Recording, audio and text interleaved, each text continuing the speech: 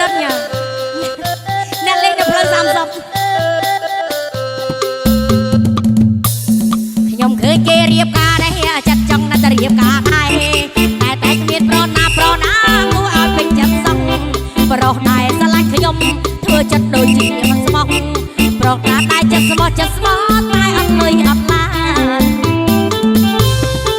ក៏បានអ្វីនេះនេះម៉ែរើប្តីមិនបាន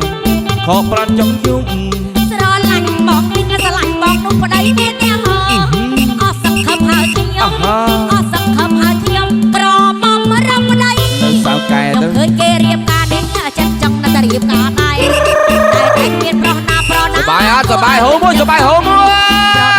ឡាញ់ខ្ញុំធ្វើចិត្តដូចជាមិនស្មោះប្រុសឡាដែរចិត្ត